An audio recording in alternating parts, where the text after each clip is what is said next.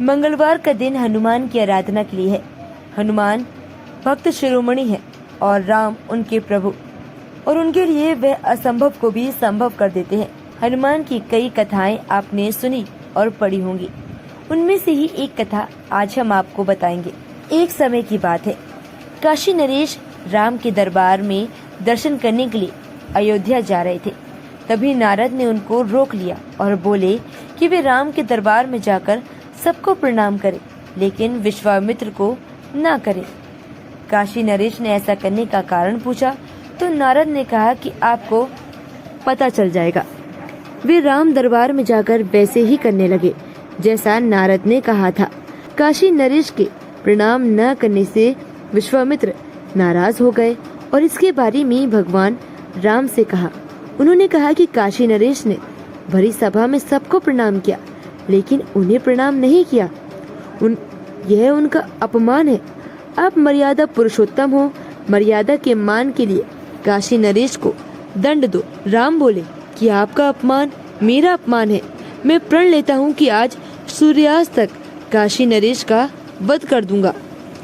ये बात सुनकर काशी नरेश डरकर नारद के पास गए और इससे बचने का मार्ग पूछा। नारद ने कहा कि आप माता अंजना के पास जाएं और उनके प्राण रक्षा का वचन ले लें। काशी नरेश माता अंजना के पास गए और उनके चरण पकड़ लिए।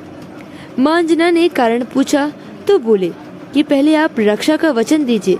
वचन मिलने के बाद उन्होंने पूरी घटना बताई। तब माता अंजना भी परेशान हो गई। उन्होंने पुत्र हनुमान को पुकारा। माता की पुकार पर हनुमान प्रकट हो गए। तब माता ने हनुमान की प्रशंसा और वचन लिया कि जो कहेंगी उनको करना होगा। माता की बात कैसे टाल सकते थे। हनुमान ने वचन दे दिया। तब माता अंजना ने काशी नरेश की रक्षा की बात उनसे कही।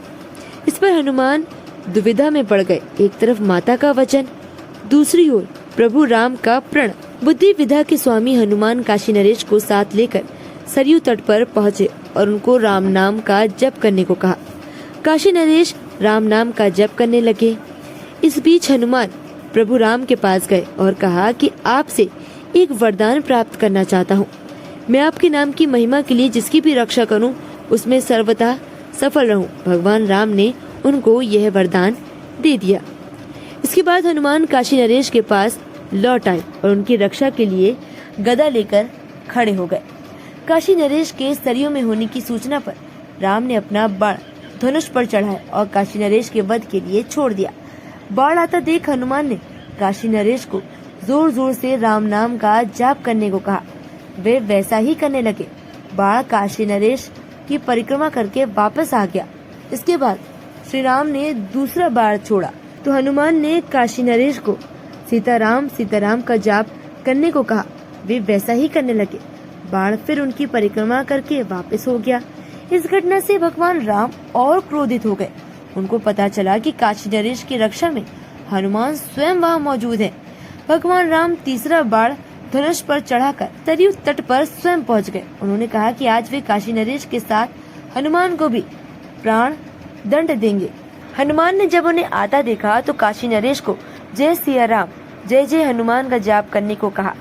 काशी नरेश प्रभु राम के प्रचंड स्वरूप को देखकर डर गए, लेकिन वे जोर जोर से जाप करते रहे और इस प्रभु और भक्त के बीच विचित्र स्थिति को देखकर हनुमान को समझाने गए, लेकिन हनुमान टस से मस नहीं हुए। इस बीच राम तीसरा बार छोड़ने की तैयारी में थे। तभी विश्वामित्र भी वहां आ गए। उन्होंने काशी नरेश से कहा कि तुरंत जाकर विश्वामित्र के पैर पकड़ लें। काशी नरेश ने वैसा ही किया। काशी नरेश को चरणों में देखकर विश्वामित्र ने कहा कि काशी नरेश ने अपनी भूल सुधार ली है। वे अपने कृत्य के लिए क्षमा मांग चुके हैं। अब आप भी उनको क्षमा कर दें। इस प्रकार से हनुमान ने सिद्ध कर दिया कि राम नाम में कितनी शक्ति है।